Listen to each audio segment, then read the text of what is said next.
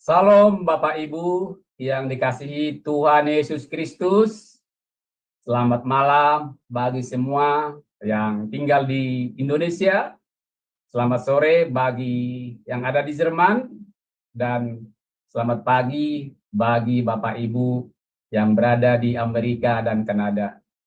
Kita bersyukur kepada Tuhan pada malam hari yang indah ini bisa bertemu kembali dalam pelajaran firman di channel YouTube Sema Adonai bersama dengan pembicara kita Ibu Pendeta Dr. Suryani Panto MTH.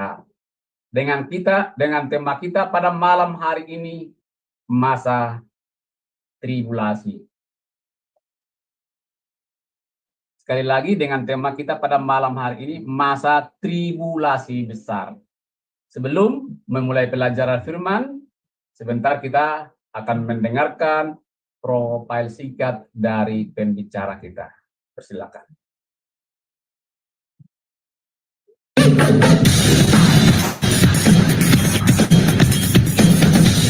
Salam semua, pada kesempatan kali ini, Sema Adonai dengan bangga memperkenalkan pengajar kita, Ibu Suryani Watimena. Dan berikut adalah profil singkat dari beliau. Ibu Pendeta Dr. Suryani S. Watimena, MTH, lebih dikenal dengan nama Suryani Panto.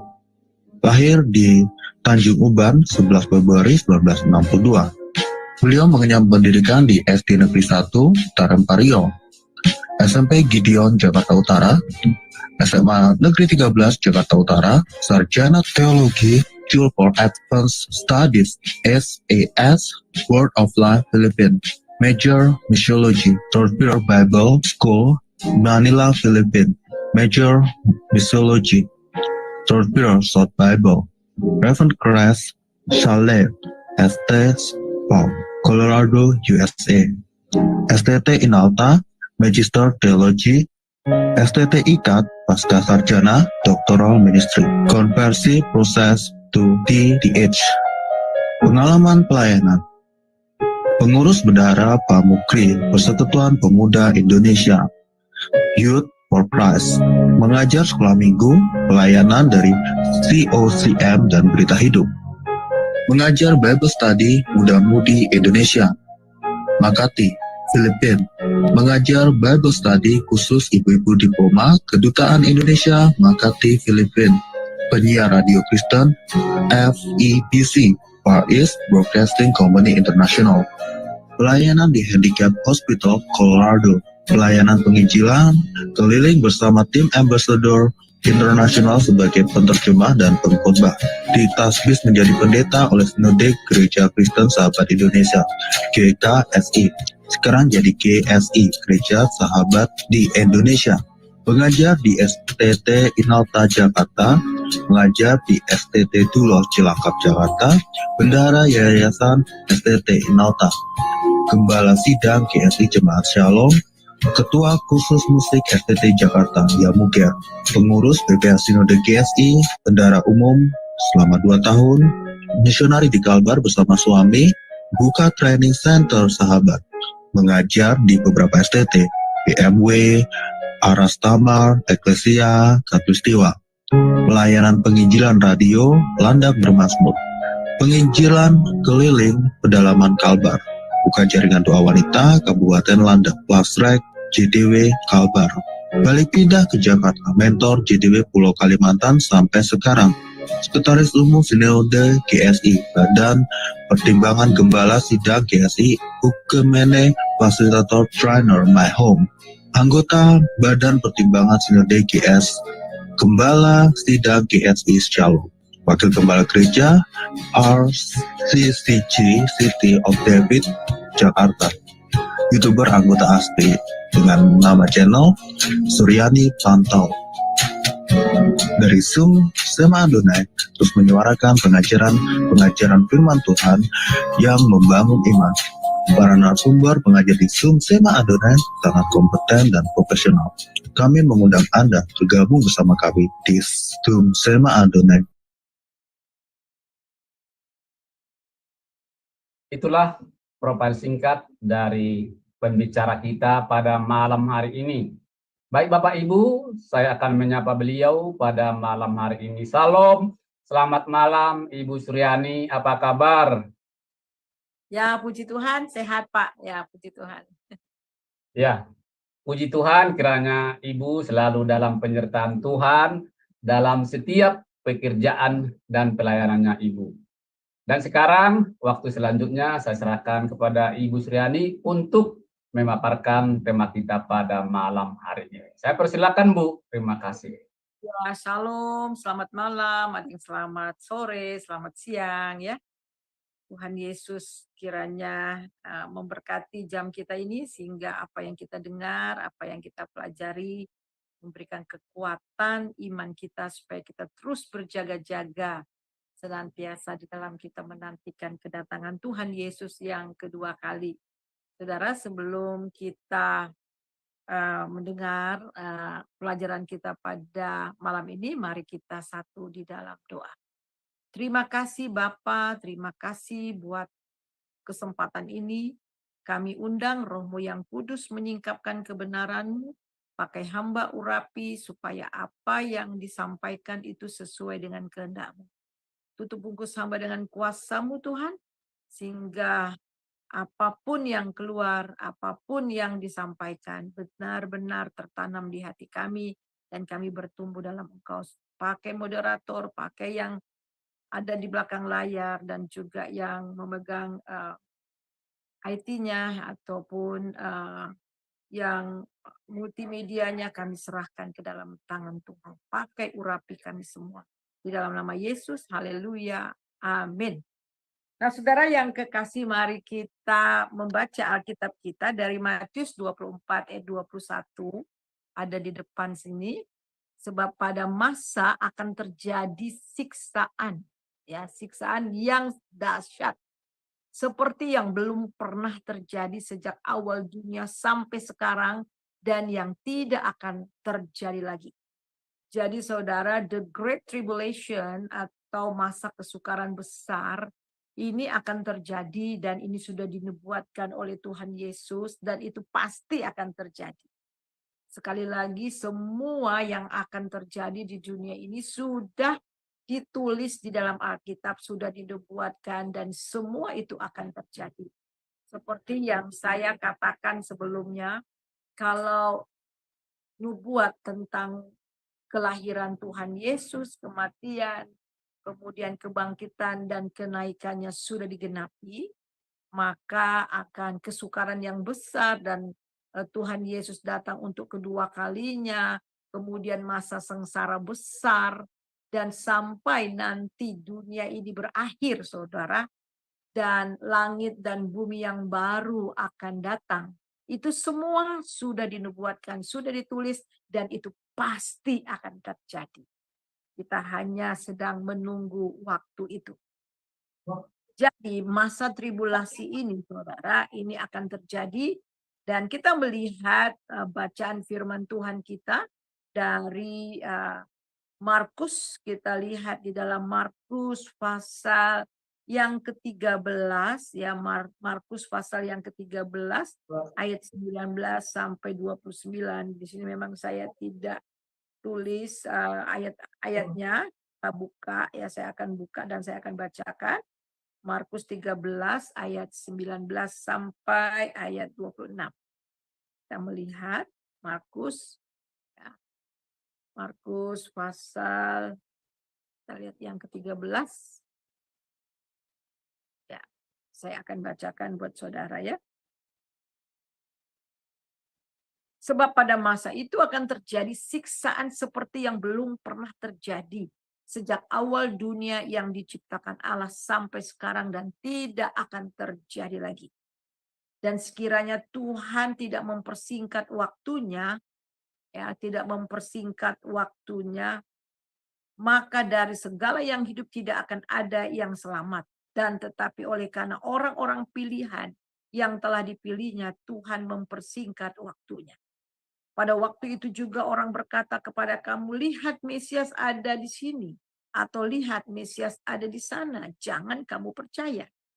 Sebab Mesias-Mesias palsu dan nabi-nabi palsu akan muncul dan mereka akan mengadakan tanda-tanda dan mukjizat-mukjizat dengan maksud kiranya mungkin menyesatkan orang-orang pilihan.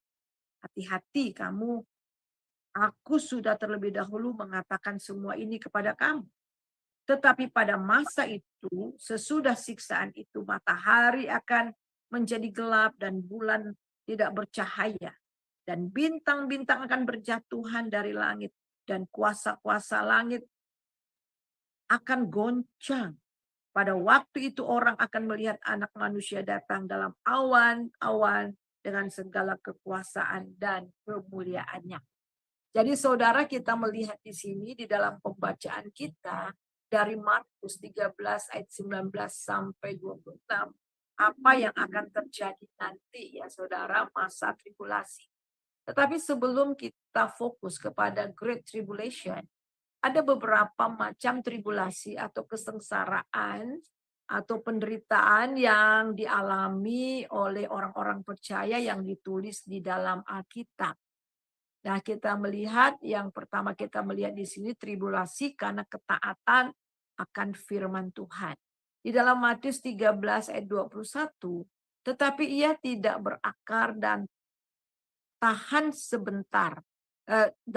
Tahan sebentar saja apabila datang penindasan atau penganiayaan, karena firman itu orang itu pun segera murtad.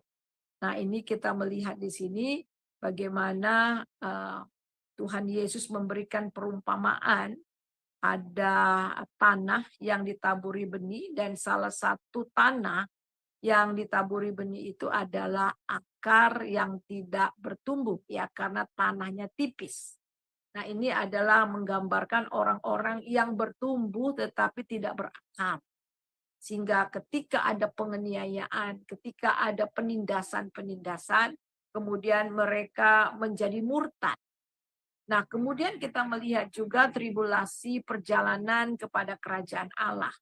Di dalam Kisah 14 ayat 22, di tempat itu mereka menguatkan hati murid-murid itu dan menasehati mereka supaya mereka bertekun di dalam iman dan mengatakan bahwa untuk masuk kerajaan Allah kita harus mengalami banyak sengsara. Dan ini juga berbicara mengenai tribulasi atau masalah sengsara. Jadi untuk kita masuk ke dalam kerajaan Allah ini memang ada banyak ya kesengsaraan, penderitaan. Yesus juga mengatakan, Tuhan Yesus tegas juga mengatakan bahwa kita ini bukan lagi milik dunia. Kita memang tinggal di dunia tetapi kita bukan lagi milik dunia. Oleh sebab itulah dunia membenci kamu, kata Tuhan Yesus. Jangan heran, kata Tuhan Yesus, kalau dunia membenci kamu dan kamu akan dianiaya oleh karena kamu menjadi milik Tuhan. Ya. Dan kemudian kita melihat slide yang berikutnya lagi, saudara. Kita melihat yang berikutnya adalah kita lihat di sini, karena sesaklah pintu dan sempitlah jalan yang menuju kepada kehidupan. Dan sedikit orang yang mendapatkannya. Dan untuk masuk ke dalam kerajaan surga itu memang ada banyak penderitaan. Dan Alkitab juga mengatakan jalannya sempit ya, menuju kehidupan, dan sedikit orang yang mendapatkannya. Kemudian kita melihat juga tribulasi di bumi yang dibuat oleh manusia itu sendiri. Ada banyak kesengsaraan, penderitaan oleh karena ulah dari manusia itu sendiri. Karena bukan dari debu terbit bencana dan bukan dari tanah tumbuh kesusahan. Di dalam ayat yang kelima dari Ayub ya, dan dari ya kita lihat kemudian melainkan manusia menimbulkan kesesakan bagi dirinya seperti bunga api bergejolak di dalam ayat yang ke-6. Dan kemudian penderitaan dan kesesakan akan menimpa mereka yang berbuat jahat. Jadi kemudian penderitaan dan kesesakan juga akan ditimpa oleh orang yang berbuat jahat. Penderitaan dan kesesakan akan menimpa setiap orang yang hidup yang berbuat jahat. Pertama, orang-orang Yahudi dan juga orang-orang Yunani. Kita tahu bahwa Allah itu adil, Allah itu baik, Allah itu mengasihi, tapi Dia adil. Dan setiap orang ya menabur, dia akan menuai. Apa yang dia tabur itu yang dia tuai. Jadi penderitaan dan kesesakan menimpa mereka yang berbuat jahat. Yakobus juga mengatakan ya, jangan kita mengatakan kita dicobai oleh Allah, tetapi justru karena kita diseret dan dipikat olehnya. Jangan salahkan Tuhan dan kemudian ketika kita korupsi kemudian harus masuk penjara. Dan dengan enteng Tuhan katakan ya ini kehendak Tuhan. Ya ini memang maksud Tuhan. Ya saudara, Tuhan memang mengizinkan. Ya memang Tuhan izinkan kita akhirnya menderita oleh karena kesalahan kita. Tetapi itu penderitaan itu dibuat oleh karena kita lakukan sendiri. Nah kemudian mari kita akan melihat saudara yang berikutnya itu adalah di dalam ayat yang berikutnya. Ya ayat yang berikutnya kita lihat ya. Tetapi kemuliaan, kehormatan, dan damai sejahtera akan diperoleh semua orang yang berbuat baik.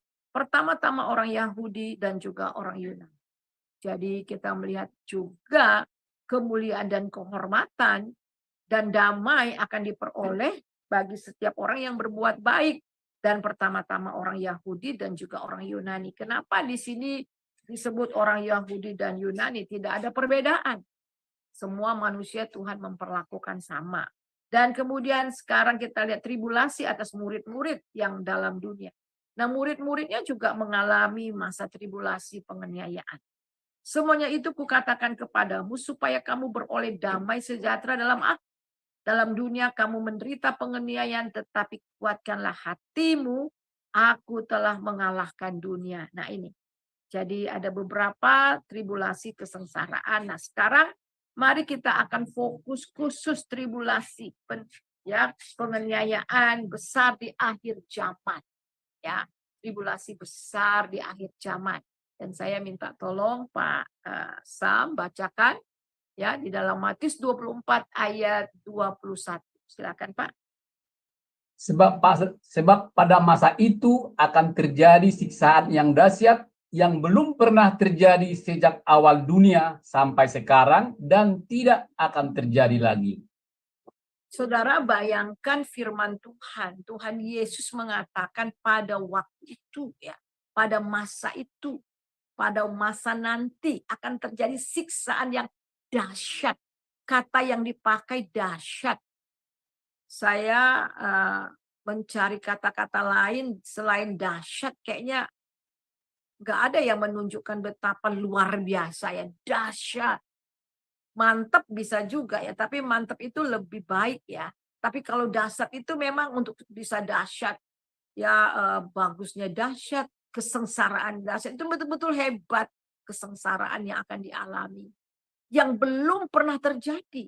Jadi kalau kita melihat penderitaan demi penderitaan yang dialami oleh manusia di dunia sekarang ini sudah menderita. Tetapi nanti saudara, pada masa tribulasi ini belum pernah terjadi sejak awal dunia sampai sekarang. Tidak akan terjadi. Dan setelah masa tribulasi itu tidak akan terjadi lagi. Jadi kita bisa bayangkan betapa dahsyat, betapa sengsaranya, betapa siksanya penganiayaan, penderitaan yang akan dialami nanti di akhir zaman nanti, di masa tribulasi besar. Nah, kita akan fokus, slide yang berikutnya, kita akan fokus Great Tribulasi ya, yang dikatakan oleh Alkitab. Apa yang dikatakan oleh Alkitab? Ini adalah ibu atau mother. Mother dari semua tribulasi. Sorry. Saya minum dulu ya. Ya. Jadi kita akan melihat di sini dikatakan adalah ibu atau mother dari semua tribulasi. Kesukaran, ini dimaksud dengan kesukaran, kekacauan, tekanan, penderitaan akan dialami di masa tribulasi besar yang belum pernah terjadi sebelumnya. Nah, apa yang akan terjadi di masa tribulasi besar ini? Ya, seperti pada masa itu, mari akan kita lihat ya, ada beberapa karakteristik dari Great Tribulasi dan tadi kita sudah baca ya dalam Markus pasal yang ke-13. Nah, mari kita akan melihat saudara di dalam ayat 19 yang tadi saya bacakan sudah ada, yang kita akan lihat apa-apa saja ya karakteristik yang akan terjadi juga. Di dalam ayat yang ke-19 Pak, di depan silakan baca. Sebab pada masa itu akan terjadi siksaan seperti yang belum pernah terjadi sejak awal dunia, yang diciptakan Allah sampai sekarang dan yang tidak akan terjadi lagi. Nah, inilah siksaan, ya siksaan yang sangat besar yang belum pernah terjadi sejak dunia diciptakan. Saudara bisa bayangkan. Ya, saya membayangkan itu sangat mengerikan, saudara, itu akan terjadi nanti ya. Dan kita melihat juga saudara, itu dalam ayat yang ke-19, kita baca di dalam ayat yang ke-21, akan terjadi. Jadi yang pertama kali, tadi kita melihat bagian pertama, jadi yang kita lihat tadi itu adalah penderitaan yang tak biasa. Itu karakteristiknya ya. Ke penderitaan atau kesengsaraan yang tidak biasa. Dan kemudian yang kedua di dalam ayat 21-nya, kebingungan tentang lokasi dari Kristus. Kita baca ayat 21-nya, silakan Pak. Pada waktu itu, jika orang berkata, lihat, Mesias ada di sini, atau lihat, Mesias ada di sana, jangan kamu percaya. Ya, jadi saudara, saat ini sudah mulai ya, sudah mulai beberapa tahun yang lalu ada yang mengatakan Mesias itu bentuk perempuan ya. Sudah datang ke dunia di daerah Cina. Dan saudara, yang lebih parah, ada banyak orang Kristen yang tersesat di situ.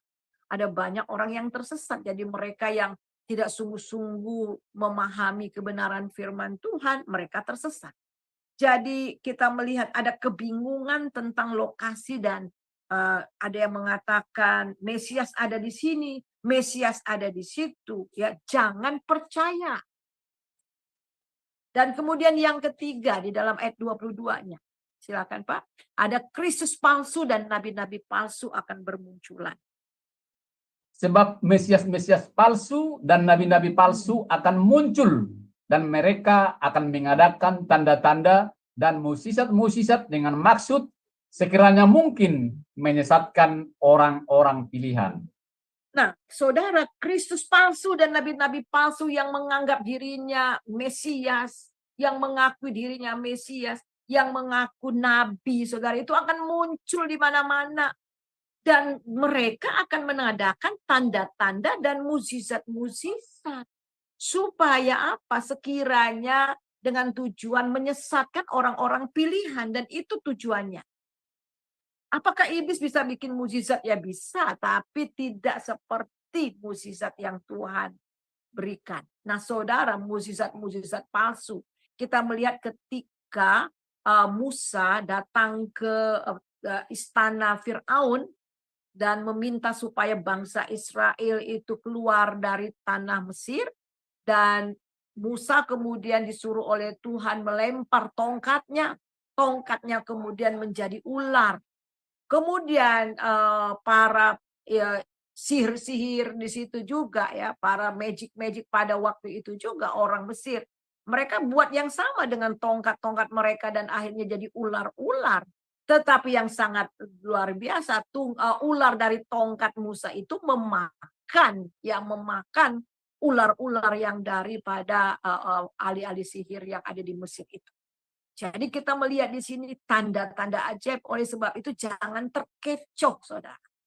Jangan terkecoh kalau orang ada mengaku Kristus, mengaku Mesias, nabi-nabi palsu dengan banyak-banyak tanda-tanda ajaib. Jangan terkecoh, saudara.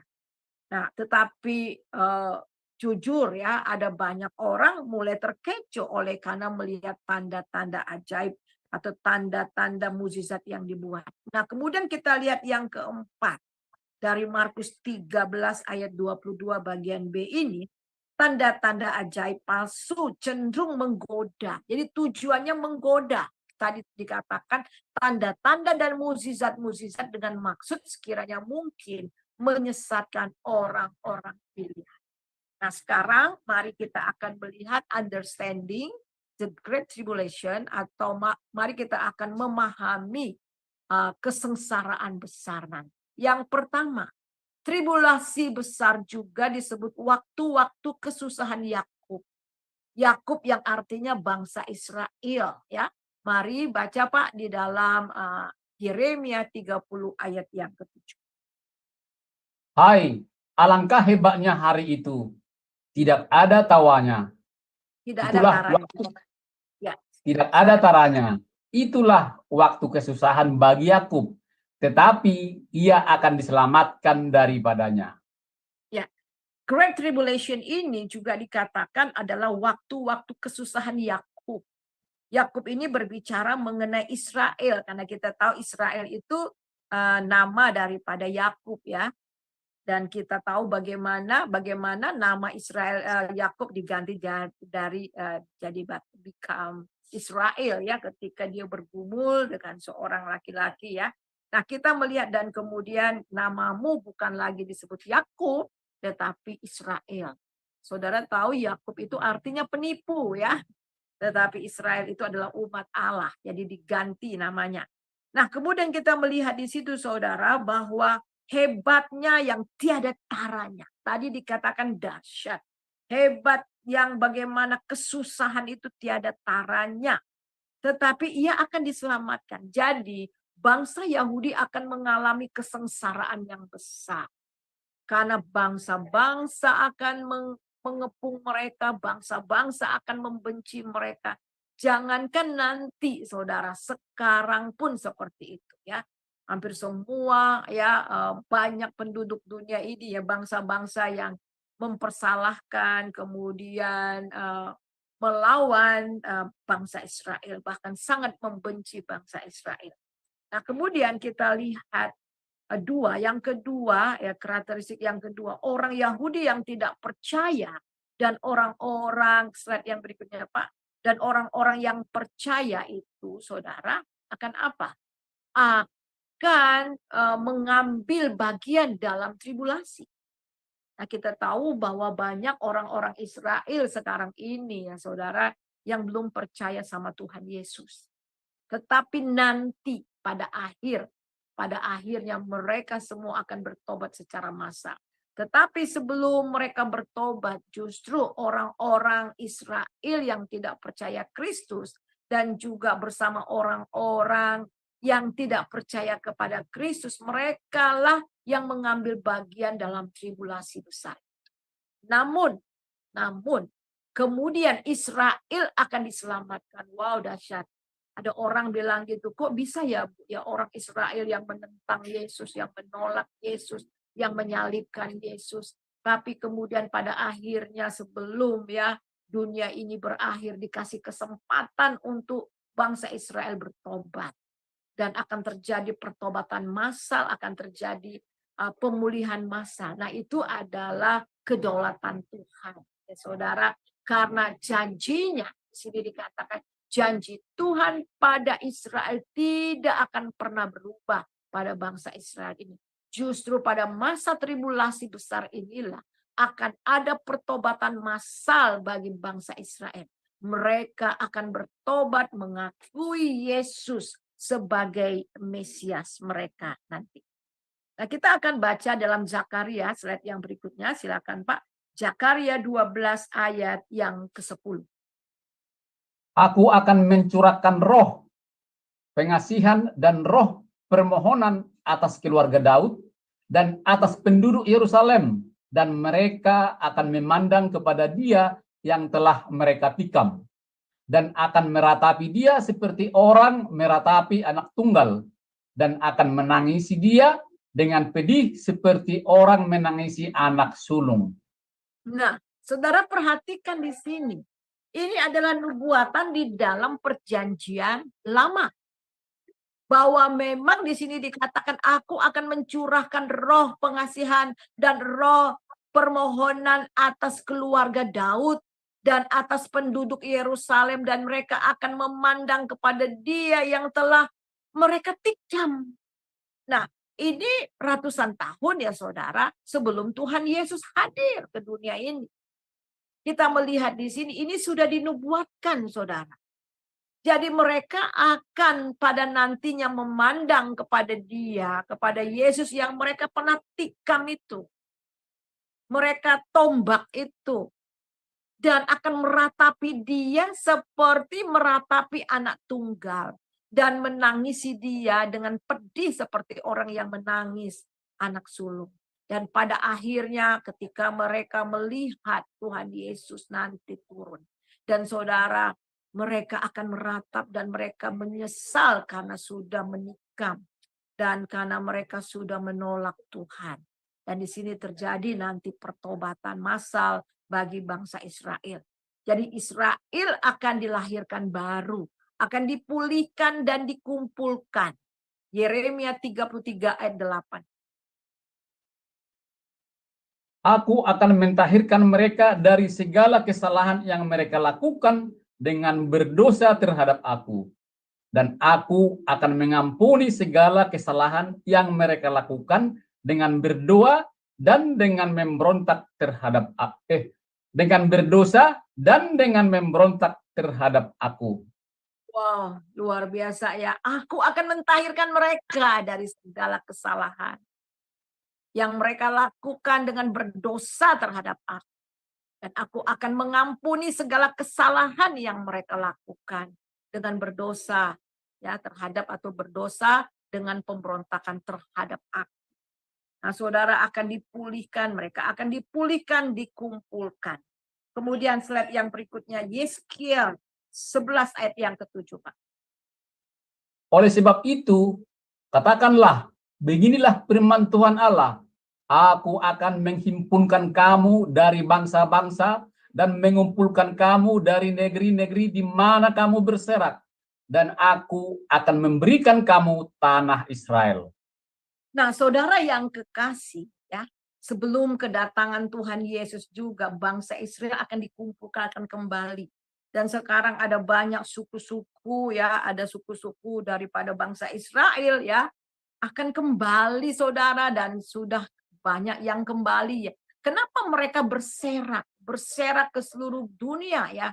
Karena memang mereka sendiri yang mengatakan ketika kita lihat pada waktu Tuhan Yesus mau disalib ya, Pilatus tanya siapa yang mau dibebaskan. Dia bilang salibkan dia, biarlah darahnya tertumpah atas kami.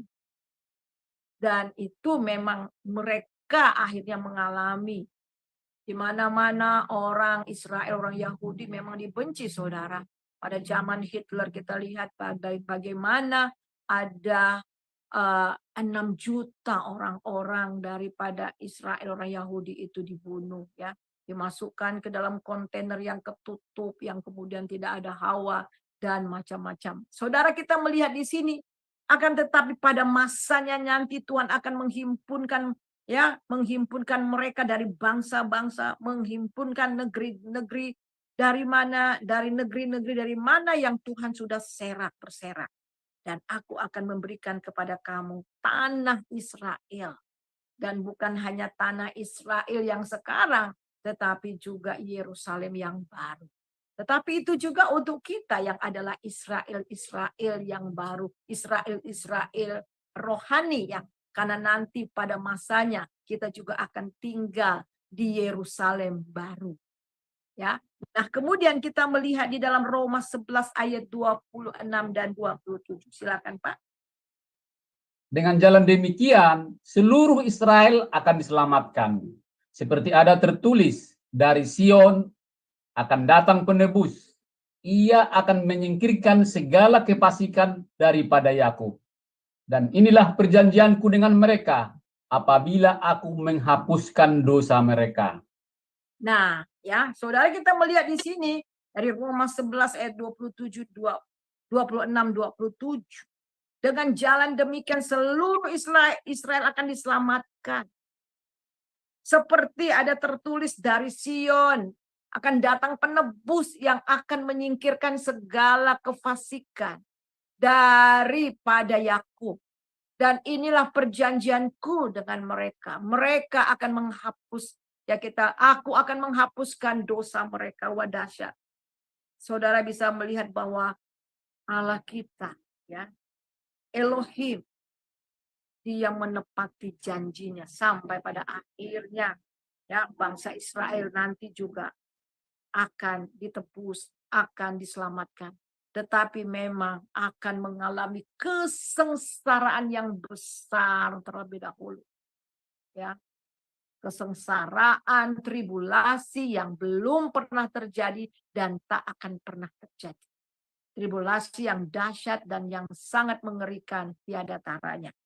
Itu akan dialami oleh bangsa Yahudi nantinya. Nah, kemudian kita melihat di yang ketiga. Ya, bukan hanya orang Yahudi tetapi orang yang tidak percaya kepada Kristus. Dan yang berikutnya, tribulasi besar ini dimulai setelah gereja diangkat. Nah, tribulasi ini dimulai setelah gereja diangkat. Manusia berdosa dan kemudian akan tertinggal dan akan mengalami masa tribulasi di mana antikristus akan muncul. Nah, kapan itu terjadi, saudara?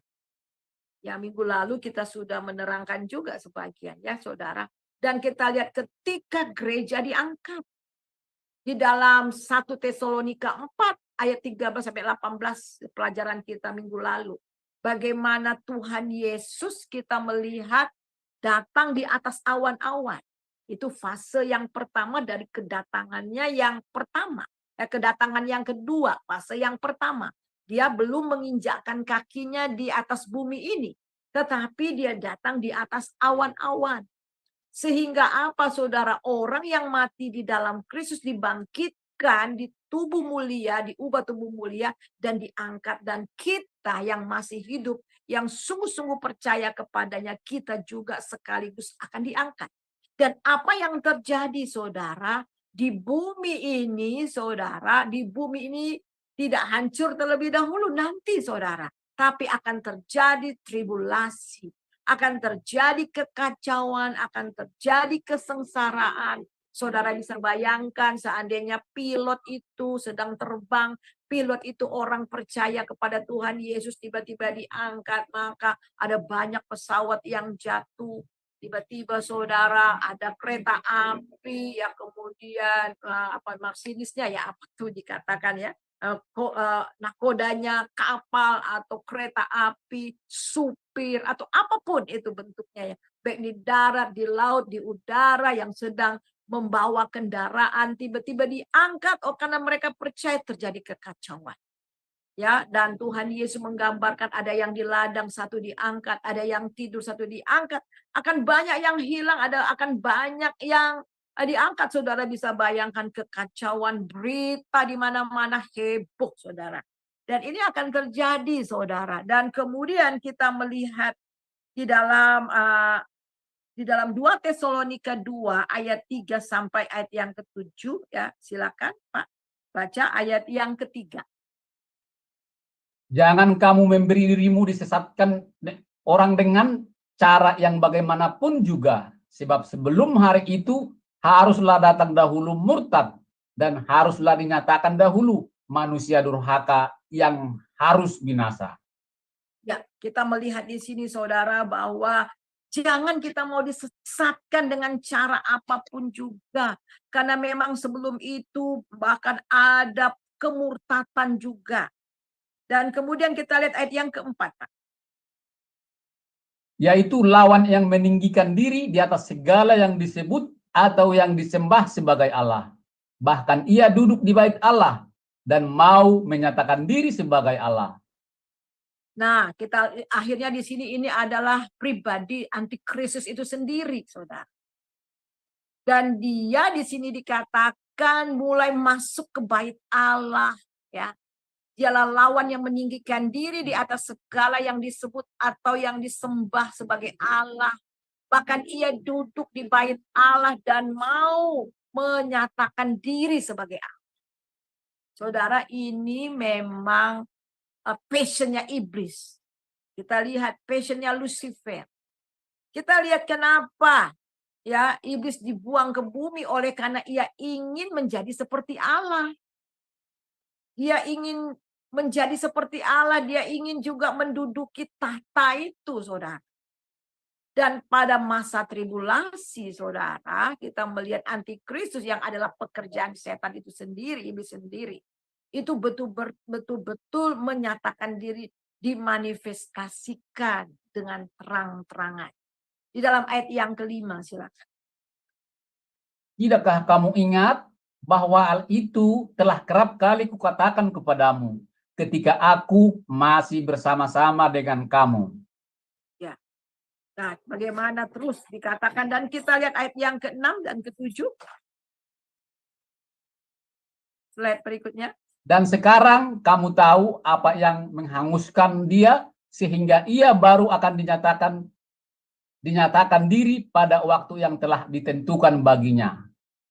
Karena secara rahasia kedurhakaan telah mulai bekerja, tetapi sekarang masih ada yang menahannya. Kalau yang menahannya itu telah disingkirkan. Nah, saudara-saudara, sekarang memang masih ada kesengsaraan ya. Dia kembali bagaimana kesengsaraan itu belum seperti nanti karena ada yang menahannya. Apa yang menahannya? Roh Kudus, saudara. Karena di dunia ini yang bekerja ini Roh Kudus.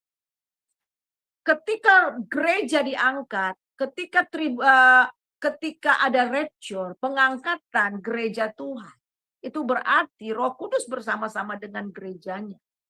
Roh Kudus bersama-sama dengan orang-orang kudus. Sehingga apa, saudara? Maka tiada lagi pekerjaan Roh Kudus, sehingga betul-betul, saudara, betul-betul kejahatan itu akan menjadi-jadi. Jadi kalau sampai sekarang kejahatan itu memang sudah jahat, tetapi masih sepertinya dipending atau tidak sampai merajalela, itu oleh karena ada Roh Kudus, ada gerejanya, ya, ada anak-anak orang-orang kudus yang masih di dunia ini. Tetapi ketika rapture, ketika pengangkatan nanti itu, saudara, benar-benar kesengsaraan, kedurhakaan, pemberontakan itu benar-benar akan menyatakan dirinya secara terang-terangan. Dan yang keempat, waktu dari tribulasi itu adalah 70 minggu. Dari 70 minggu, dari kitab Daniel, kita lihat. Mari silakan Pak, kitab Daniel 9 ayat 24. 70 kali 7 masa telah ditetapkan atas bangsamu dan atas kotamu yang kudus, untuk melenyapkan kefasikan, untuk mengakhiri dosa, untuk menghapuskan kesalahan, untuk mendatangkan keadilan kekal, untuk menggenapi penglihatan dan nabi, dan untuk mengucap yang maha kudus. Ya, lanjut ayat berikutnya. Maka ketahuilah dan pahamilah dari saat firman itu keluar, yakni bahwa Yerusalem akan dipulihkan dan dibangun kembali, sampai pada kedatangan seseorang yang diurapi, seorang raja, ada 7 kali 7 masa, dan 62 kali 7 pada lama kota itu akan dibangun kembali dengan tanah lapang dan paritnya, tetapi di tengah-tengah kesulitan. Setelah ke-60, Silakan Pak. setelah ke-62 kali 7, masa itu akan disingkirkan seorang yang diurapi, padahal tidak ada salahnya apa-apa. Maka datanglah rakyat seorang raja memusnahkan kota dan tempat kudus itu, tetapi raja itu akan memenuhi akalnya dalam air bah, dan sampai apa akhir zaman akan ada peperangan dan pemusnahan seperti yang telah ditetapkan. Ya. Jadi saudara, kita melihat di sini bahwa 70 minggu adalah dibagi dalam 3. 70 minggu dibagi dalam 3. Yang pertama 70 minggu, yang pertama itu Daniel 9 ayat 25 yang kita sudah baca. Kemudian 62 minggu berikutnya, ya, dalam ayat 25, dan 1 minggu terakhir. Nah, yang ke-6, pada akhir 1 minggu, 1 hari menunjukkan 1 tahun. Jadi durasi dari tribulasi besar itu adalah 7 tahun. Jadi durasinya itu adalah 7 tahun. Setengah pertama dari 1 minggu, ya, 3 dan Ya, kita melihat maaf ini dogi saya. Jadi setengah pertama dari 1 minggu, jadi 3,5 tahun akan manifestasi secara penuh jasmani dari antikristus. Jadi secara jasmani betul-betul antikristus itu akan bekerja. Ketika antikristus akan membuat perjanjian dengan Israel.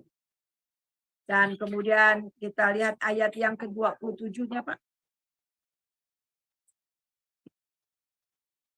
Slide yang berikutnya. Slide satu lagi. Ya. Raja itu akan membuat perjanjian itu menjadi berat bagi banyak orang selama 1 kali 7 masa. Pada petrepahan 7 masa itu, ia akan menghentikan korban sembelihan dan korban santapan. Dan di atas sayap kekejian akan datang yang membinasakan. Sampai pemusnahan yang telah ditetapkan menyimpang menimpa yang membinasakan itu. Nah, saudara, kita melihat di sini raja ini itu ada antikristus ya, saudara, yang menguasai pada saat itu. Jadi akan membuat perjanjian menjadi berat bagi bangsa banyak orang selama 1 kali 7 masa pada pertengahan 7 masa itu, dan akan menghentikan korban sembelihan dan korban santapan, ya, korban sembelihan dan korban santapan. Dan di atas sayap kekejian akan datang dan membinasakan sampai memusnahkan telah ditetapkan, menimpa dan membinasa itu. Nah, kita melihat saudara bahwa yang ke-8 pada akhir setengah dari 1 minggu, ya 3,5 tahun, ada di mana mereka akan memutuskan perjanjian dengan Israel karena kebencian besar dan penghinaan di bait Allah.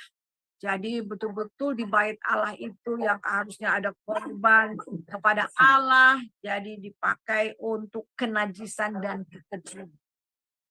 Kita melihat di dalam Daniel 11 ayat 36.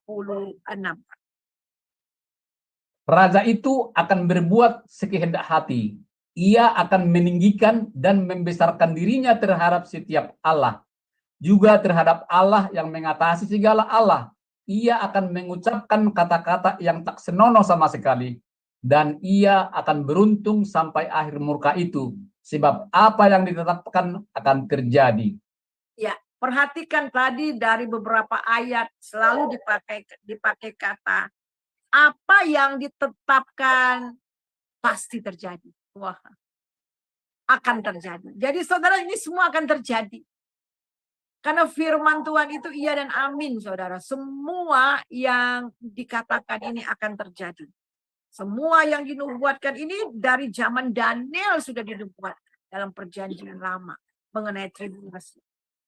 Kemudian Matius 24 ayat 15 ini adalah perkataan Tuhan Yesus sendiri. Silakan. Jadi, apabila kamu melihat pembinasa keji berdiri di tempat kudus, menurut firman yang disampaikan oleh Nabi Daniel, para pembaca hendaklah memperhatikannya.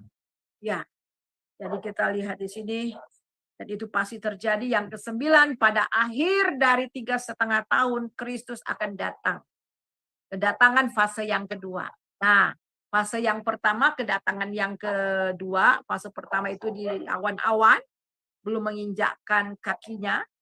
Tetapi fase yang kedua itu dia akan turun, ya, untuk memerintah di bumi. Silakan Pak, 2 Tesalonika 2 ayat 8. Pada waktu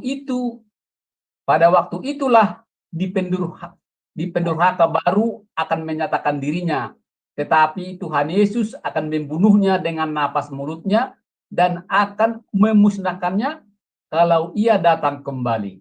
Iya, jadi Tuhan Yesus sendirilah yang akan membinasakan antikristus itu. Ya.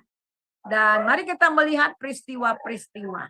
Jadi akhir dari antikristus sendiri itu adalah Kristus sendiri akan memusnahkannya, ya, sebelum masuk zaman pemerintahan 1000 tahun Nanti minggu depan kita akan masuk pada topik pemerintahan milenium ya, saudara.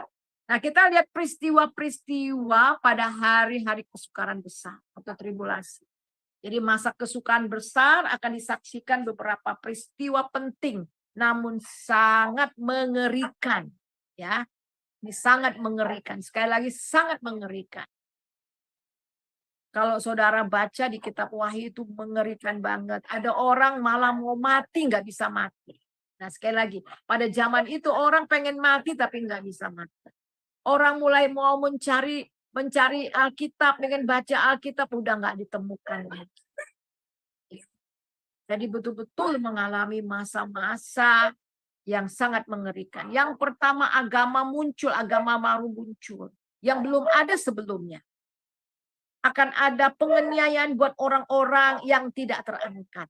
Siapa orang-orang yang tidak terangkat? Pertama, orang yang tidak percaya Tuhan. Dan kedua, orang yang percaya Tuhan Yesus tapi tidak sungguh-sungguh.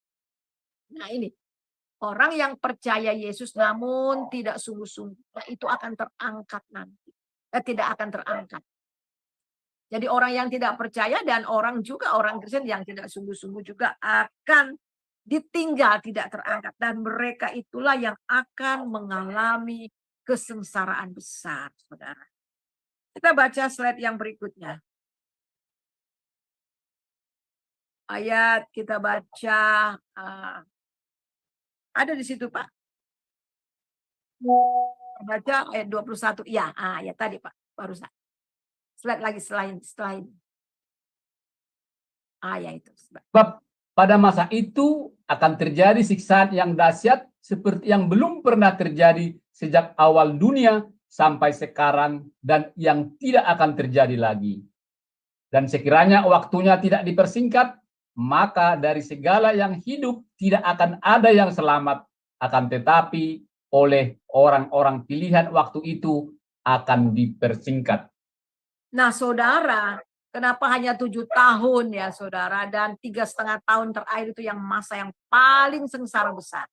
Kenapa dipersingkat? Kalau tidak dipersingkat oleh Tuhan, maka semuanya itu akan pada binasa, saudara. Tapi kita lihat di sini, akan tetapi oleh orang-orang pilihan waktu itu dipersingkat. Karena saudara dan saya. Dan kita melihat lagi yang berikutnya, saudara. Yang kedua, akan ada agama penyesat secara global dengan tidak ada bandingnya. Kita lihat di dalam ayat, mari kita lihat saudara. Ya. Yang kedua, sekarang yang tadi agama yang muncul yang sebelum ada, dan kemudian slide setelah itu ya agama penyesat secara global yang tidak ada bandingnya.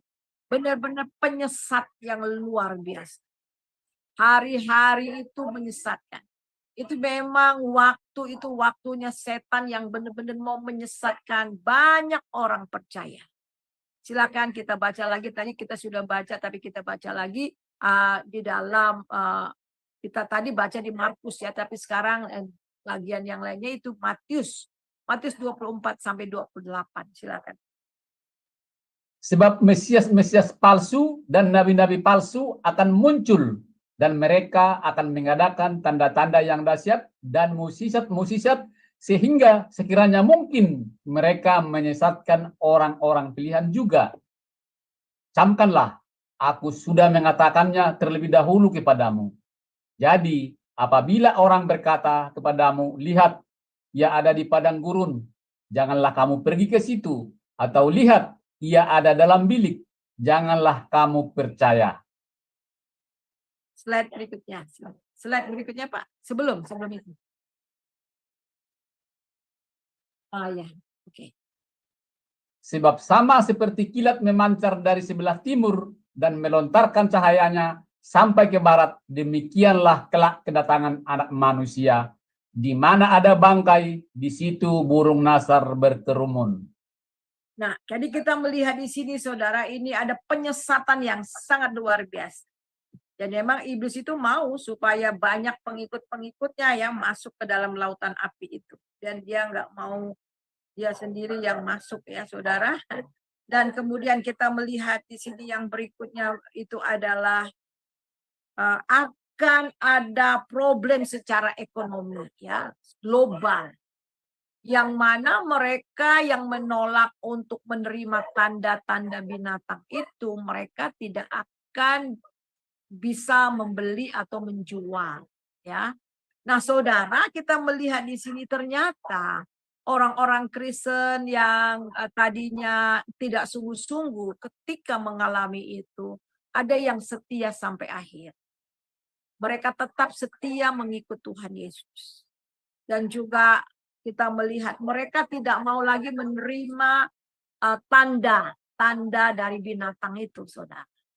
Ya, sehingga mereka walaupun ada uang pada saat itu, walaupun ada duit, tetapi kalau tidak ada tanda dari binatang itu, antikristus itu, mereka nggak bisa beli dan tidak bisa menjual. Berarti bahwa betul-betul tidak dapat berbuat apa-apa, sehingga mungkin mengalami kelaparan, mati kelaparan, penganiayaan, dibunuh oleh karena iman mereka kepada Kristus. Ya, juga orang-orang Yahudi juga mulai pada bertobat. Nah, saudara, kita melihat juga di dalam ayat yang ke-17 ya dan 18. Silakan. Dan tidak seorang pun yang dapat membeli atau menjual selain daripada mereka yang memakai tanda, yaitu tanda nama binatang itu atau bilangan namanya. Ya. Kemudian ayat 18-nya, Pak. Yang penting di sini ialah hikmat. Barang siapa yang bijaksana, baiklah ia menghitung bilangan binatang itu. Karena bilangan itu adalah bilangan seorang manusia dan bilangannya ialah 666. Ya, ini ya. Jadi saudara, bagi mereka yang tidak ada tanda ini, mereka tidak dapat membeli, tidak akan dapat menjual. Dan ini merupakan kesengsaraan. Mereka akan dikejar-kejar ya. Setiap orang harus menyangkal Yesus. Enggak ada banyak yang terbunuh ya pada saat itu. Yang keempat, agama mempraktekkan penyebaran penyesatan dan kebencian. Nah, ini menyebarkan penyesatan dan kebencian. Ya, memang mungkin di zaman sekarang sudah mulai, tetapi nanti saudara itu memang betul-betul penghujatan akan Tuhan Yesus itu betul-betul menghujat Tuhan ya, melakukan kekejian dan kemudian juga penyesatan berdasarkan kebencian, penyebaran kebencian. Dan kita melihat itu dari 2 Tesalonika 2 ayat 3 dan 4 dan 9 dan 10. Silakan. Janganlah kamu memberi dirimu disesatkan orang dengan cara yang bagaimanapun juga. Sebab sebelum hari itu haruslah datang dahulu manusia durhaka yang harus binasa. Iya. Yaitu ya, silakan Pak. Yaitu kawan yang meninggikan diri di atas segala yang disebut atau disembah sebagai Allah. Bahkan ia duduk di bait Allah dan mau menyatakan diri sebagai Allah.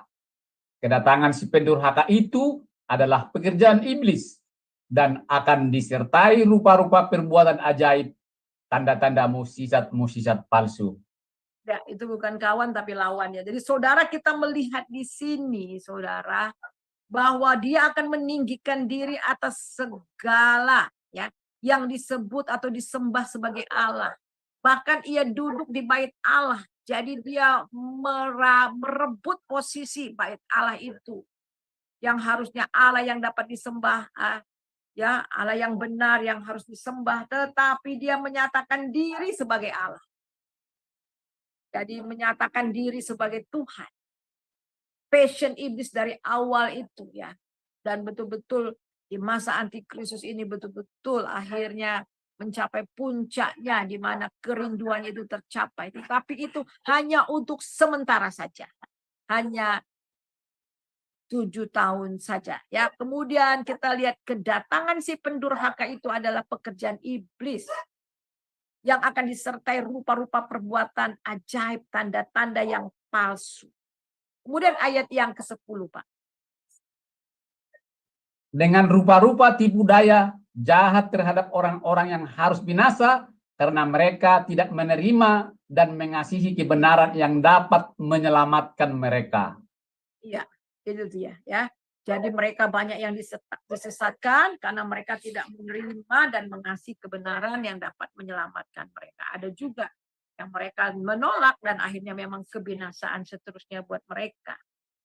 Dan kita melihat yang keenam, penggoda terus secara intens ya, mencoba manusia ke seluruh bumi. Saudara bisa bayangkan ini, pergi kemana-mana menjelajah seluruh bumi ya. Seluruh bumi untuk betul-betul menyesatkan, menarik orang. Ayat yang ketiga sampai 10 saya akan bacakan. Karena engkau menurut firmanku untuk menantikan aku, maka aku akan melindungi engkau dan hari pencobaan yang akan datang atas seluruh dunia untuk mencobai mereka yang diam di bumi. Puji Tuhan, karena kita sudah percaya Yesus, kita dilindungi dari pencobaan itu karena kita sudah diangkat sebelum masa itu terjadi. Nah, sekarang saudara, kesimpulannya, ini yang terakhir. Kesimpulannya adalah bagi mereka yang telah menerima Tuhan Yesus sebagai Tuhan dan Juru Selamat, mereka yang telah ditebus, saudara, ya, tetapi tetaplah hidup dalam kekudusan, tetap hidup di dalam Dia sampai Tuhan Yesus datang untuk kedua kalinya. Hari pengangkatan rapture sehingga kita akan diselamatkan dari masa tribulasi itu. Ya. Saudara, Alkitab jelas mengatakan itu tiada taranya. Itu dahsyat banget, kengerian, kesengsaraan yang betul-betul great ya. Tetapi bagi mereka yang diangkat, bagi mereka yang sungguh-sungguh terangkat, mereka terhindar dari semua kesukaran besar itu. Namun bagi mereka yang telah murtad dan tak hidup sungguh-sungguh dalam Kristus, mereka akan mengalami masa Great Tribulation. Sekarang semua ada di tangan saudara. Saya percaya kalau Tuhan sudah memulai sesuatu yang baik, Tuhan akan meneruskan dan Tuhan akan menyempurnakan kita. Dan Tuhan, ya saudara, firman Tuhan mengatakan kita telah diberikan seorang penolong, yaitu Roh Kudus yang tinggal dalam kita. Tetaplah kita bergantung sepenuhnya kepada pekerjaan Roh Kudus, pada suara Roh Kudus yang diam dalam kita. Sehingga kita terhindar dari semua yang membawa kita terjatuh. Mari kita satu dalam doa, minta Ibu Heni berdoa, atau Ibu Aling, ya Ibu Heni silakan. Iya, mari kita satukan hati di dalam doa. Bapa kami yang bertata di kerajaan surga, yang kami sembah di dalam nama Tuhan Yesus, kami bersyukur dan berterima kasih untuk malam hari waktu Indonesia dan pagi waktu di New York saat ini kami mendengarkan pengajaran dari Ibu Suryani untuk mengingatkan kami kembali pada hari saatnya nanti kami harus menghadapi masa-masa yang akan kami hadapi ini. Tetapi kami bersyukur ya Bapa, karena iman percaya kami dilewati dan kami diamankan oleh perlindungan yang dari Tuhan. Bapa, kami bersyukur ya, kalau kami memiliki iman karena Engkau memilih kami, Engkau akan memisahkan kami dari dunia ini dan akan mengangkat kami ke tempat yang Engkau tempatkan kepada kami. Bapa, biarlah pengajaran hari ini mengingatkan kepada kami betapa besar kasih setiamu dalam hidup kami. Terima kasih Bapa. Sungguh baiknya Engkau Tuhan memelihara hidup kami. Bapa, kami ingin Tuhan Engkau mengerjakan lebih lagi kepada kami. Kami tidak sanggup hidup tanpa Engkau. Kami ingin Tuhan Engkau memegang hidup kami, mengarahkan kami, memapah kami, menggendong kami, sehingga kami betul-betul Tuhan ada di dalam jalan-Mu. Bapa, berkati Ibu Suryani yang telah mempersiapkan pengajaran ini kepada kami. Berkati hidupnya lebih lagi Tuhan, tambahkan hikmat kepada hamba-Mu ini. Pakai dia terus Tuhan sebagai pengajar Tuhan, baik yang ada di Zoom maupun di onsite, serta jadikan dia Tuhan juga gembala Tuhan bagi jemaatnya yang sedang dilayani oleh hamba-Mu ini. Dan dia juga sebagai ketua pendoa di seluruh kota Kalimantan. Tuhan, hamba berdoa biarlah pelayanan hamba-Mu ini terus Engkau berkati. Biarlah kehidupan Ibu Suryani terus Tuhan ada di dalam kasih anugerah-Mu. Kesehatan Engkau terus pelihara atas hidupnya.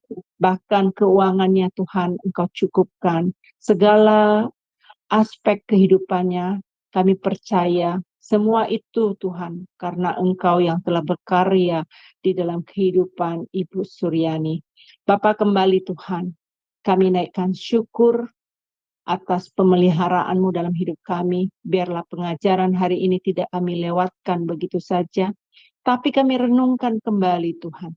Kami betul-betul mengerjakan iman kami di akhir-akhir zaman ini, sehingga kami tidak mengalami hal-hal yang tidak berkenan dan yang tidak kami mau ya Bapak. Bapak, terima kasih ya Bapak. Kami serahkan acara selanjutnya. Nanti jika ada ruang tanya jawab, biarlah Engkau yang bekerja. Terima kasih Bapak, di dalam nama Tuhan Yesus kami mengucap syukur. Amin. Amin. Ya. Silakan Pak. Makasih Bu Heni. Pak Sam, Amin. silakan. Baik, terima kasih Ibu Heni doanya. Dan terima kasih juga Ibu Suryani atas pemaparan materi kita pada malam hari ini yang sangat luar biasa dan sangat jelas. Nah, sebelum kita lanjutkan ke sesi tanya jawab, kita akan mendengarkan terlebih dahulu beberapa pengumuman untuk ke depan. Dipersilakan Ibu Ali. Ya, baik, terima kasih Pak Sam. Baik, Bapak Ibu sekalian, saya akan membacakan acara-acara Sema Adonai ke depannya ya, Bapak Ibu. Ya, baik, sudah tampak di layar ya. Baik, untuk besok hari Kamis, tanggal 22 Agustus 2024, di jam 21:10, waktu Indonesia Barat, di Sema Adonai akan kembali ada kelas pembelajaran firman. Dan kita akan belajar tentang materi pastoral konseling dengan tema mengenal dan memahami stres. Dan yang menjadi narasumbernya seperti biasa adalah Pak Pendeta Dr. Dedi Kurniawan MTH dan moderatornya adalah Ibu Aling, saya sendiri. Kemudian selanjutnya di hari Jumat 23 Agustus 2024 di jam 19.00 waktu Indonesia Barat di Sema Adonai sudah ada kembali kelas pembelajaran firman ya Bapak Ibu, dan kita akan belajar tentang tema Roh Kudus pada masa tribulasi. Nah, yang menjadi narasumbernya untuk kelas hari Jumat di jam 7 malam ini adalah seperti biasa Pak Pendeta Daniel Palungan dan moderatornya adalah Pak Sam Siagian. Selanjutnya, masih di hari yang sama, di hari Jumat, di jam 21.00 waktu Indonesia Barat, di Sema Adonai masih ada kelas pembelajaran firman yang terakhir. Dan untuk kelas hari Jumat di jam 9 malam ini, Bapak Ibu, kita akan belajar tentang materi buku sejarah penebusan dan sudah masuk seri ke-7. Dan besok itu, hari Jumat itu, kita masuk pada sesi kedua ya Bapak Ibu, dengan tema tujuan Eksodus dan penegasan perjanjian. Diambil dari Nats Kejadian 15 ayat 16. Dan yang menjadi narasumbernya seperti biasa adalah Pak Pendeta Dr. Yudi Lengkong MTH dan moderatornya adalah Ibu Heni. Selanjutnya ini adalah renungan pagi Sema Adonai ya Bapak Ibu. Diadakan setiap hari mulai dari hari Senin sampai dengan Sabtu.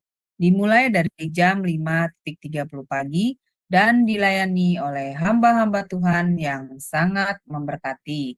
Jadi Bapak Ibu sekalian, untuk renungan pagi Sema Adonai, kemudian renungan pagi dari Bapak Gembala kami sendiri, yaitu Pak Pendeta Daniel Palungan yang diadakan setiap hari Jumat 1 kali dalam seminggu, dan juga ibadah online Sema Adonai hanya Bapak Ibu dapat ikuti lewat channel Jaya Firman.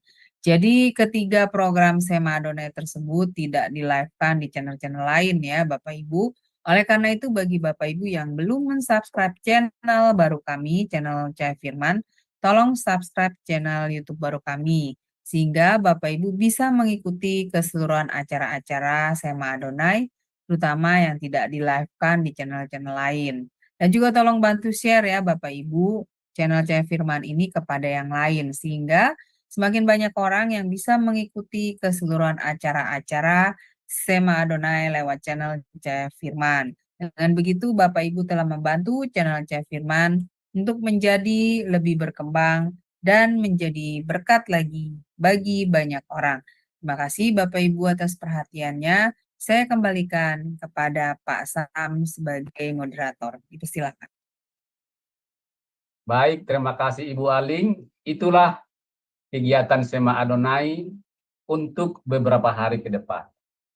Baik Bapak Ibu yang ingin bertanya atau sharing, silakan raise hand terlebih dahulu, maka operator kami akan membuka mute-nya. Kalau ada yang bertanya beberapa orang, nanti yang pertama bisa satu pertanyaan agar kebagian semua. Silakan Bapak Ibu, dipersilakan untuk memberikan pertanyaan berpartisipasi. Ya, sebelum ada yang bertanya, ya terima kasih Ibu Suryani pemaparannya pada malam hari ini. Saya hampir ketinggalan juga membacanya dan mempersiapkan pertanyaan karena begitu semangat dan pemaparan yang sangat luar biasa. Di sini ada yang mau saya tanya, Kristus palsu dan nabi palsu. Yang mungkin secara yang umum kita lihat itu Kristus palsu, mungkin ada juga kalau didefinisikan ada mungkin pengajaran-pengajaran yang bertentangan dengan Alkitab. Apakah itu termasuk Kristus palsu, Bu? Itu satu pertanyaan dulu, Bu. Ya, yang mengaku nabi ya, tapi palsu nggak sesuai firman Tuhan ya. Jadi Mesias yang mengaku dia itu bisa membawa keselamatan itu banyak sekali ya. Sekarang ini sudah banyak bermunculan. Pernah muncul di Afrika, pernah muncul di Cina, ada muncul beberapa di negara-negara yang menganggap bahwa dialah yang membawa keselamatan. Jadi sehingga orang akhirnya datang menyembah dia, mengagungkan dia. Nah itu ya. Mesias palsu dan juga nabi-nabi palsu. Segala sesuatu yang tidak bersentral kepada Kristus dan kepada Alkitab firman Tuhan. Alkitab katakan palsu. Itu Alkitab yang katakan ya. Jadi jelas. Iya. Terima kasih Bu penjelasannya. Ini Ya. ada yang mau bertanya. Dipersilakan Ibu Aling. Aling, terima sabar kasih. ya, Ling. Sabar ya, Iya. Ling. Aku ini Ya. sedang kerja, tapi ini ada permintaan dari Putra Minas dari YouTube. Dia minta penjelasan. Mohon penjelasan Ibu di masa tribulasi. Apakah orang percaya sudah disingkirkan atau orang percaya akan mengalaminya? Terima kasih Bu penjelasannya. Silakan Ibu. Itu permintaan dari Putra Minas. Ya. Ya, tadi saya sudah terangkan ya, orang yang sungguh-sungguh percaya Yesus yang mengalami kelahiran kembali, itu mereka akan diangkat. Tetapi apakah ada orang Kristen yang tertinggal? Iya ada. Mereka hanya sekedar mungkin Kristen-Kristenan, hanya ya percaya atau tidak gitu ya. Tetapi setelah masa tribulasi, setelah gereja diangkat, mungkin setelah melihat papanya diangkat, adiknya diangkat, baru mereka sadar. Dan di masa itulah banyak orang yang memang di masa tribulasi itu yang sampai mati. Dan mereka betul-betul akhirnya tidak menerima tanda daripada binatang itu, antikristus itu, yang akhirnya mereka juga karena iman mereka digantung, ada yang dipenggal, dibunuh dan sebagainya. Nah, tetapi kita melihat di sini, itu dapat kita lihat, itu di dalam Wahyu. Coba kita lihat dalam Wahyu pasal yang ke-21. Wahyu pasal 21.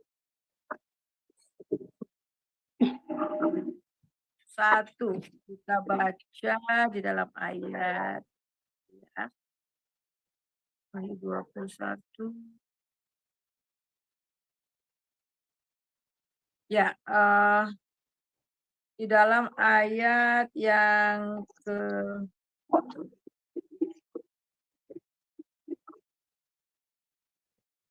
ayat yang mulai ke-6 ya, saya akan bacakan. Ayat yang ke-6, firman-Nya lagi, semuanya itu terjadi, aku adalah Alfa dan Omega, yang awal dan yang akhir. Orang yang haus akan kuberi minum dengan cuma-cuma dan barang siapa ya itu ya. Oh, bukan. Di dalam, coba kita baca. Ya, di sini mengatakan mungkin bisa lihat dia di sini saudara, coba kita lihat.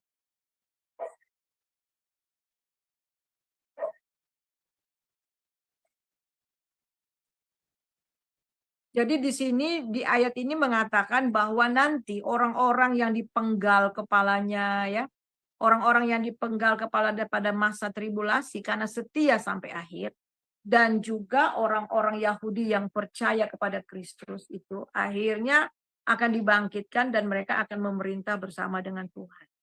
Jadi pertanyaan tadi, apakah orang Kristen mengalami, orang Kristen yang sungguh-sungguh, sekali lagi, orang Kristen yang sungguh-sungguh tidak akan mengalaminya. Tetapi orang Kristen yang hanya sekedar Kristen, mereka akan tertinggal. Ya, itu jawabannya Bu ya. Nanti saya sambil lihat ya Bu ya. Ya, mungkin itu jawabannya Bu Suryani, Bu Heni. Nanti dijelaskan. Bagaimana Bu Heni? Apa bisa dilanjut dengan Ibu Aling? Lanjut aja, dia kan di YouTube ya. Nanti kalau dia ada tanya lagi, saya coba periksa ya. Iya. Iya, baik. Silakan Ibu Aling. Iya, baik, terima kasih Pak Sam. Ya, shalom, selamat malam Ibu Suryani. Iya, Ibu, saya mau menanyakan tentang, kan ketika masa tribulasi, orang-orang yang percaya itu mengalami penganiayaan hebat ya, Ibu, eh, untuk mempertahankan iman mereka. Yang saya mau nanyakan, apakah itu sama terjadi seperti masa Perjanjian Lama ya, Ibu, di mana umat-umat Tuhan juga mengalami penganiayaan untuk mempertahankan iman mereka itu. Apakah seperti itu, Bu? Ya, terima Ya, kasih, Bu Surya. ya. Sebelum saya menjawab Ibu Anglin, Bu Aling, itu bukan di Wahyu 21 tapi Wahyu 20, Bu. Oh iya, Yang Wahyu pertama, ya, maaf ya, nanti saya ya. Jadi itu Wahyu pasal yang ke-20. Ya, itu yang kita lihat di dalam ayat yang ke kita lihat ayat yang Revelation 20 verse 4 ya, ayat yang keempat. Lalu aku melihat tahta-tahta dan orang-orang duduk di atas, kepada mereka diserahkan kuasa menghakimi. Aku akan melihat jiwa-jiwa mereka yang dipenggal kepalanya karena kesaksian tentang Yesus dan karena firman Allah, yang tidak menyembah binatang itu dan yang tidak menerima tanda dari dahi dan tangan mereka, dan mereka hidup kembali dan memerintah bersama-sama dengan Kristus. Nah ini, jadi tadi ada hubungannya juga dengan pertanyaan Ibu Aling ya. Jadi Iya. itu, jadi ada orang yang benar-benar setia sampai akhir. Ada yang diangkat dan yang tertinggal tetapi nggak sungguh-sungguh dan akhirnya sadar ya. Jadi situlah kita melihat bahwa Tuhan itu setia ya saudara. Setia walaupun mereka mengalami masa penganiayaan. Dan saya percaya bahwa yang membuat mereka setia karena mereka sudah percaya Tuhan walaupun tidak sungguh-sungguh dan harus mengalami masa seperti ini. dan akhirnya mereka setia sampai akhir. Tapi jangan sampailah kita mengalami itu ya. Dan seperti tadi ayat tadi Ibu Aling, masa tribulasi ini ya, yang dulu sudah sengsara, tetapi di dalam kita baca kembali di dalam ayat yang pertama, yang ayat memoris dan hafalan itu ya, yang pertama yang saya baca Matius 24 ayat 21, sebab pada masa akan terjadi siksaan yang dahsyat seperti yang belum pernah terjadi sejak awal dunia sampai sekarang dan tidak akan terjadi lagi. Kalau dulu dalam perjanjian lama, perjanjian baru, mereka mempertahankan iman mereka sudah sengsara ya Bu ya. Tapi nanti itu tidak ada bandingnya. Sengsaranya luar biasa. Nah itu luar biasa. Bahkan kesengsaraannya itu belum pernah terjadi sampai sekarang. Maksudnya sampai sekarang kita baca ini. Bahkan nanti setelah terjadi tidak akan ada lagi. Jadi Berarti ini ya Bu ya, mereka mempertahankan iman mereka pada zaman tribulasi itu dengan membayarnya dengan darah mereka sendiri ya Bu ya, betul. nyawa Iya ya. betul. Iya betul, dengan darah. Kalau sekarang kan zaman perjanjian baru kan dengan kasih karunia dari penebusan Yesus Kristus ya Bu ya. Tapi kalau mereka di zaman tribulasi itu kan tadi juga Ibu sebutkan bahwa Roh Kudus sudah meninggalkan dunia ini juga kan Bu ya, gerejanya sudah diangkat, Roh Kudus juga sudah meninggalkan, maka mereka harus mempertahankan iman mereka itu ya dengan darah mereka sendiri ya, jiwa mereka ya Bu. Iya. Seperti itu ya. Ya, tetapi kan mereka sudah percaya, cuman nggak sungguh-sungguh ya. Jadi memang Roh Kudus tetap ada di dalam hatinya, karena memang pada dasarnya iman mereka yang sungguh itu kepada Tuhan ya, yang mengingatkan mereka. Ya memang mereka harus bayar itu. Wow, Tapi mengerikan ya Bu. Waduh. iya, tapi sekali lagi memang itulah ya kesetiaan Tuhan ya, bahwa dia memang mau sampai detik terakhir pun orang bisa kembali dan sungguh-sungguh datang kepada dia, kesempatan. Tuh. Tapi Ya, apakah ada terima orang kasih. murtad? Ada yang murtad, ya jelas ada. Pada zaman itu ya Bu, banyak ya Bu ya. Pada zaman Ya, tribulasi itu masih iya. banyak ya. Iya baik, terima kasih Bu Suryani untuk pencerahannya. Tuhan berkati ya. Saya kembalikan kepada Pak Sam. Baik, terima kasih Bu Aling atas partisipasinya. Ada lagi masih yang bertanya Bapak Ibu? Satu lagi pertanyaan, masih ada waktu diberikan. Kalau tidak ada, saya mau tanya satu lagi sebelum kita akhiri. Di sini ada ditulis Bu, Israel akan dilahirkan baru, dipulihkan dan dikumpulkan, yang ada di Yeremia 33 ayat 8. Saya baca sekali lagi Bu. Aku akan mentahirkan mereka dari segala kesalahan yang mereka lakukan dengan dosa terhadap aku, dan aku akan mengampuni segala kesalahan yang mereka lakukan dan berdosa dan dengan memberontak terhadap aku. Berarti Israel dilahir barukan, dipulihkan, dikumpulkan. Kalau kita lihat sekarang ini, apa sudah terjadi keseluruhan, apa sudah masih sebagian Bu gitu? Sebagian kan Ya, sudah dikumpulkan, sudah dipulihkan. Ya, sebagian sih sudah mulai datang. Itu makanya Alkitab juga mengatakan kalau seandainya melihat orang Israel sudah mulai kembali, itu tanda-tanda Tuhan Yesus tidak lama lagi datang. Nah itu. Iya, Iya. terima kasih penjelasannya sangat jelas Ya, dan sudah. singkat. Iya. Baik Bapak Ibu, karena waktu sudah habis, nanti kalau ada yang mau bertanya atau lebih jelas pengajaran tema kita pada malam hari ini, bisa ditonton ulang di YouTube Sema Adonai, agar kita atau Bapak Ibu lebih jelas apa yang sudah dipaparkan oleh Ibu Suryani. Terima kasih Bapak Ibu semua. Kalau masih ada tambahan dari Ibu Suryani sebagai closing statement, tolong ditambahkan dan ditutup dengan doa. Terima kasih. Bersilakan. Ya, luar biasa saudara yang kekasih, bahwa pelajaran kita pada malam ini ya, di pelayanan kita pada malam ini, bahwa semua tepat pasti akan terjadi. Jadi sebenarnya dunia ini terjadi mengikuti apa yang sudah tertulis. Ya. Bukan Alkitab yang mengikuti zaman, tapi zaman yang mengikuti Alkitab. Karena semua sudah tertulis. Jadi kalau nubuatan-nubuatan yang lain digenapi, dan saya percaya penggenapan masa tribulasi, bahkan akhir nanti juga akan digenapi. Jadi bagi mereka yang sudah percaya Yesus, dengan sungguh-sungguh mari kita tetap berdiri teguh. Saya mau kita membaca satu ayat sebelum kita tutup saya doa. Nah, kita lihat ya, 1 Tesalonika 3 ayat 8. Ya.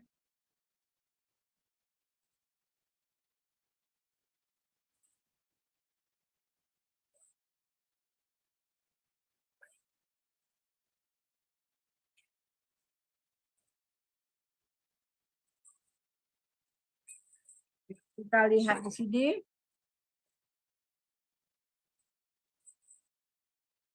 Sekarang kami hidup kembali asal kamu teguh berdiri dalam Tuhan. Oh, 2 Tesalonika, Pak ya, sorry. 2 Tesalonika.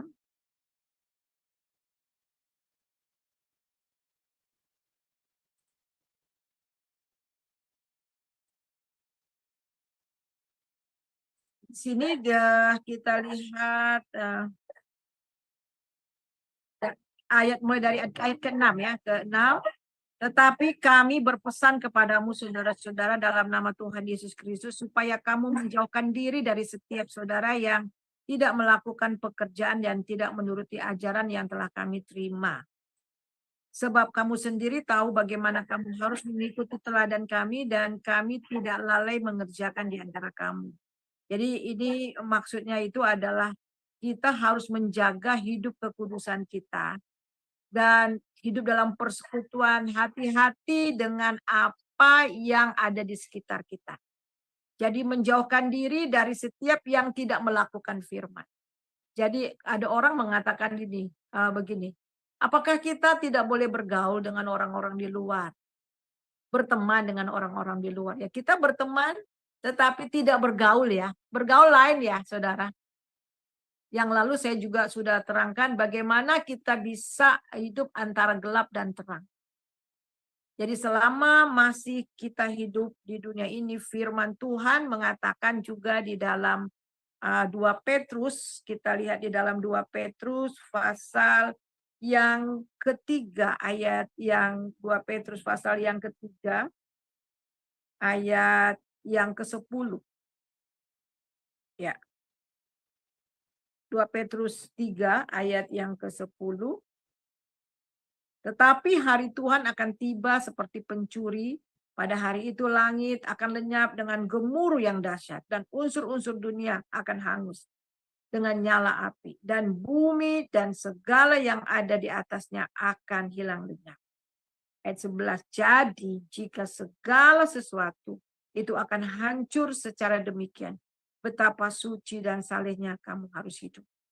Dan kita harus tahu bahwa kesalehan, kesucian ini tidak didapati dari perbuatan baik kita. Tetapi ini hanya kita disucikan oleh darah Yesus. Jadi sebagai orang-orang percaya, ketika kita percaya sama Tuhan Yesus, darah Yesus sudah membeli kita dan darah Yesus sudah menyucikan kita. Yang Tuhan mau supaya kita hidup di dalamnya. Nah itu, hidup di dalamnya.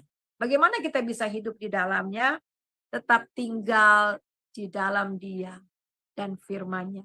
Membangun terus hubungan kita dengan Tuhan. Hati-hati kepada siapa saudara bergaul. Amin. Ya. Itu saja dari kebenaran firman Tuhan. Tuhan Yesus memberkati. Bapa, di dalam nama Yesus, terima kasih akan kebenaran firman-Mu yang kami pelajari pada hari ini. Kalau bumi ini akan dihancurkan secara demikian, Engkau mengatakan bahwa betapa salehnya dan kudusnya kami harus hidup. Kami bisa saleh, kami bisa hidup kudus itu oleh karena Engkau. Siapalah kami ini, kami orang berdosa, kami harus dihukum, kami harus binasa. Tetapi karena kasih-Mu yang luar biasa dahsyat, Kau sudah mati, darah-Mu tercurah, menguduskan kami, menebus kami. Dan bukan hanya itu saja, Roh Kudus tinggal dalam kami, yang membawa kami daripada kebenaran kepada kebenaran.